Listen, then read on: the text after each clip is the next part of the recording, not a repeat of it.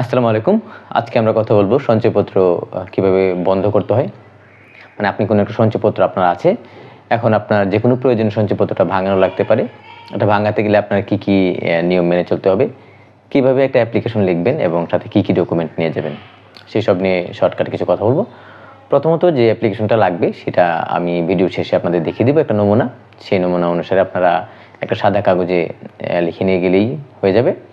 আপনার যে সঞ্চয়পত্রের যে সার্টিফিকেট দেওয়া হয় যখন আপনারা কোনো একটা সঞ্চয়পত্র করেন, এটার যে সার্টিফিকেটটা থাকে, এই সার্টিফিকেটের বডিতে দেখবেন লেখা থাকে রেজিস্ট্রেশন নম্বর, সেটা আপনার লাগবে। ইস্যু তারিখ এবং মেয়াদ উত্তীর্ণ তারিখ এগুলো লেখা থাকে, এখান থেকে আপনার রেজিস্ট্রেশন নাম্বারটা ওখানে লাগবে।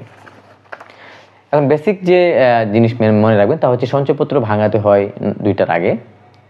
সেক্ষেত্রে আপনারা 2টার আগে বলতে 1টার আগেই ব্রাঞ্চে চলে যাবেন, ব্রাঞ্চে গিয়ে আবেদনটা করবেন। আপনারা যে মোবাইল নাম্বার দিয়ে সঞ্চয়পত্র করেছিলেন, ওপেন করেছিলেন, সেই মোবাইল নাম্বারটা সাথে করে নিয়ে যেতে হবে।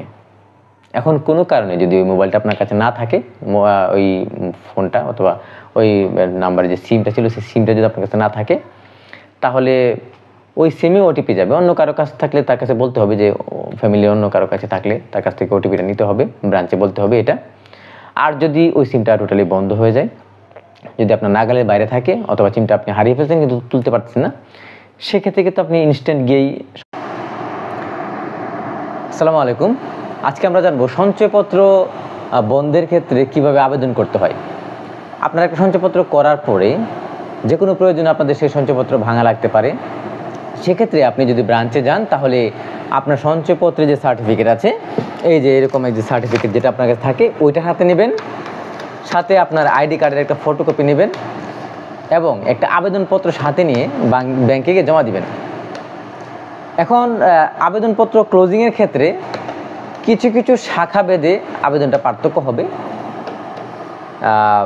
কারণ হচ্ছে সঞ্চয়পত্র মূলত অনেক সময় যে ব্যাংক সঞ্চয়পত্র করে ওই ব্যাংকের কিছু শাখা আছে যারা নিজেরাই সঞ্চয়পত্র তৈরি করতে পারে, আবার কিছু শাখা থাকে যারা সঞ্চয়পত্রগুলো কালেক্ট করে সেটা আবার অন্য একটা কালেক্টিং শাখাতে ওটা পাঠায়, ইস্যুইং শাখাতে ওটা পাঠায়। মানে মোট কথা হচ্ছে ওরা কালেক্ট করে ওটা পাঠায়, তারপর তারা করে আবার ওদের কাছে পাঠায়। সিস্টেমটা এরকম। তো আমি আপনাকে একটা বেসিক ফর্ম দেখে দিব, বেসিক ফর্ম দিয়ে আপনার সাদা কাগজে লিখে নিয়ে ব্যাংকে যেতে পারেন, তাহলে আপনার সমস্যার সমাধান হয়ে যাবে।